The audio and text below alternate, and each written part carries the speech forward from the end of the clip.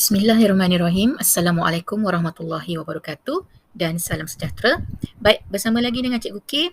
Hari ini kita nak masuk topik tambah masa yang melibatkan unit bulan, tahun, dekad dan abad. Okey, jadi sebelum kita tengok contoh-contoh soalan, kita ulang kaji sikit apa perkaitan antara unit-unit masa ini. Okey, baik, dekat sini cikgu ada letakkan tips daripada buku teks matematik tahun 4. Jadi, kita tengok dulu untuk tahun dengan bulan. Seperti yang kita tahu, satu tahun kita ada 12 bulan. Jadi, kalau kita nak tukarkan unit yang lebih besar kepada unit yang lebih kecil, kita akan gunakan darab, dan unit yang kecil nak tukarkan kepada unit yang lebih besar, kita akan gunakan bahagi. Okey, yang berbeza adalah perkaitan sahaja antara kedua-dua unit. Contoh kalau dekad dengan tahun, kaitannya adalah 10 lah. Okay, sebab satu dekad bersamaan dengan 10 tahun. Okay, dan last kali abad dan tahun. Kaitannya adalah 100. Sebab apa? Sebab dalam satu abad kita ada 100 tahun. Okay, jadi lepas kita dah ulang kaji kaitan antara unit-unit tu, barulah kita nak tengok beberapa contoh yang melibatkan unit-unit ini. Alright. Baik, jom kita tengok. Okey, yang pertama, 9 tahun 7 bulan tambah 1 tahun 3 bulan. Okey, jawapan nakkan dalam tahun dan bulan. Okey, jadi dekat sini macam biasa cikgu selalu sebut kalau melibatkan dua unit yang berbeza, cikgu lebih suka gunakan jadual T yang ada unit tahun dan bulan. Jadi kita masukkan dulu soalan. Okey, kemudian kita selesaikan mengikut unit dia. Maksudnya tengok pada bahagian bulan dulu. Kita selesaikan dulu. Okey, jadi 7 tambah 3 tak ada masalah. 9 tahun tambah 1 tahun pun tak ada masalah. Jadi kalau dekat sini kamu tengok, pada bahagian bulan tidak perlu dibuat apa-apa. Sebab apa? Sebab dalam satu tahun ada 12 bulan. Jadi bila bahagian bulan tidak melebihi 12, jadi itulah jawapan akhir kita. Okey, jadi yang ni tak ada masalah, kita boleh terus letakkan jawapan sebagai 10 tahun 10 bulan. Okey, kita nak tengok sekiranya ada soalan yang di mana bahagian bulan dia melebihi 12. Okey, kita cuba tengok soalan yang kedua.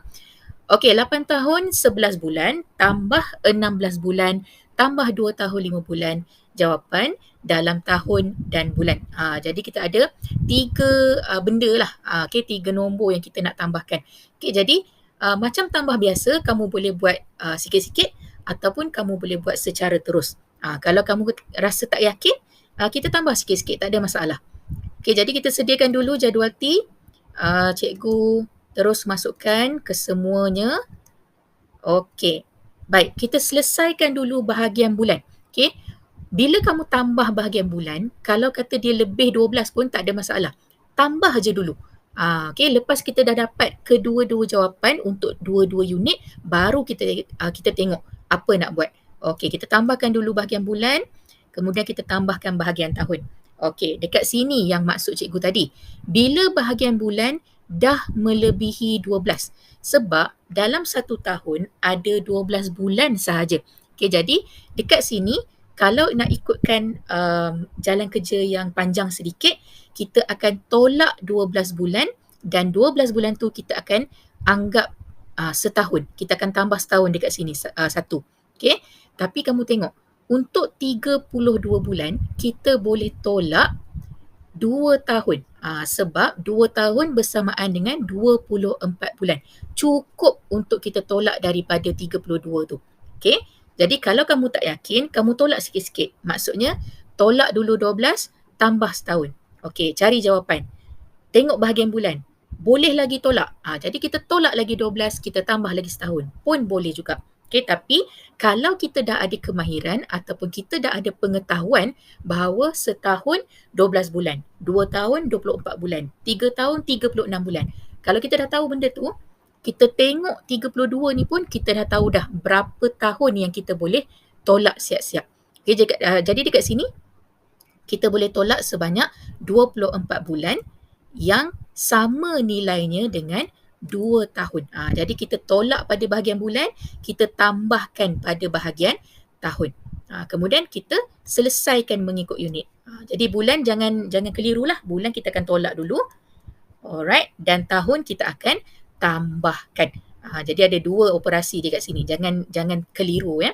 So jawapan akhir kita adalah 12 tahun 8 bulan. Okey, kita tengok dekad dengan tahun pula. Okay, jadi kita ada jadual T.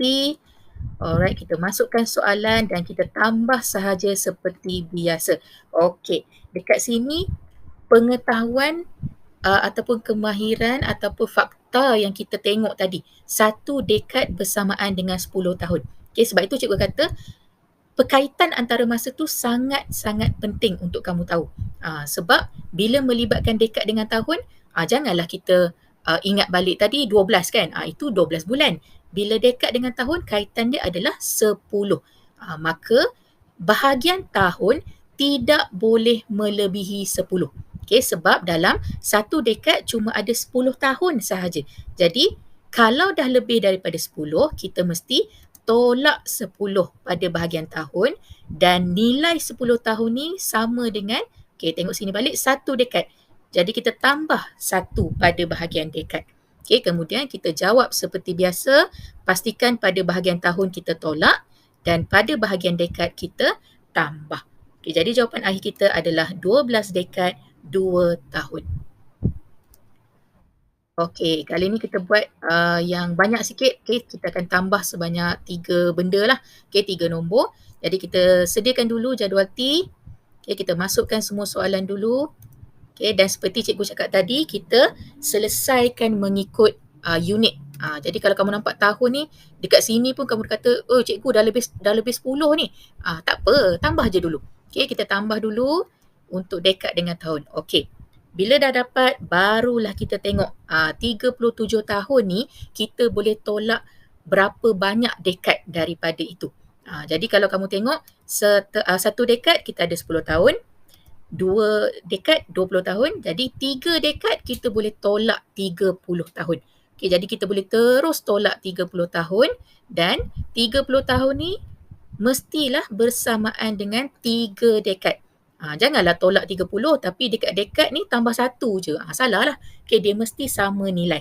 Alright, jadi lepas dah dapat macam ni, barulah kita tolak seperti biasa dan pada bahagian dekad, kita tambah sahaja. Okay, jadi jawapan akhir kita adalah 23 dekad 7 tahun. Okey, kali ni abad dengan tahun. Kita ingat satu abad sama dengan 100 tahun. Okey, jadi kita letakkan jadual T, kita masukkan soalan. Alright, kita tambah dulu seperti biasa pada bahagian tahun dan abad pun kita tambah seperti biasa. Okey, dekat sini kita dah tahu tadi bahawa satu abad bersamaan dengan 100 tahun. Jadi, kalau jawapan dekat bahagian tahun ni dah lebih daripada 100, kita mesti ubah 100 tahun itu menjadi satu abad. Okay, jadi pada bahagian tahun kita akan tolak 100 tahun dan 100 tahun ini kita akan masukkan ke dalam satu abad. Dua-dua ni adalah sama nilai. Okay? Alright, kemudian kita tolak dulu bahagian tahun seperti biasa dan kita tambah bahagian abad. Jadi jawapan kita adalah 7 abad 8 tahun. Okay, sifar yang ada kat depan ni kita boleh abaikan sahaja. Okay, seterusnya kita buat yang banyak sikit lah. Okay, kita masukkan ke semua nombor mengikut soalan. Okay, pastikan kamu punya unit tu betul lah. Kalau dia kata 400 tahun, letak di bawah tahun. Okay, tambah dulu seperti biasa untuk tahun dan pada bahagian abad.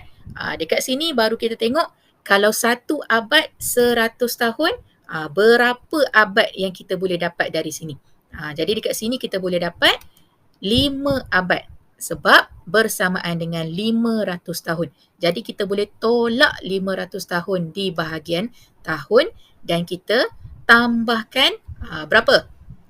Kalau 500 abad maksudnya 500 tahun 500 tahun maksudnya 5 abad lah. Jadi kita tambah 5 di bahagian abad. Okay, so kita tolak bahagian tahun dan kita tambahkan bahagian abad untuk dapatkan jawapan akhir 13 abad 6 tahun. Okay, selesai pembelajaran kita hari ini. Jadi cikgu harap kamu faham dengan apa yang cikgu ajar tadi. Jadi macam cikgu selalu kata, yang paling penting sekali dalam masa ni adalah perkaitan antara unit. Kalau kamu boleh tahu apa kaitan di antara dua unit yang ditanya tu, tak ada masalah. Kamu nak tambah ke, nak tolak ke, nak darab ke, nak bahagi, semua tak ada masalah. Okey, jadi cikgu rasa kita berhenti dekat sini. Kita jumpa lagi dalam pembelajaran seterusnya. Terima kasih. Assalamualaikum. Jumpa lagi.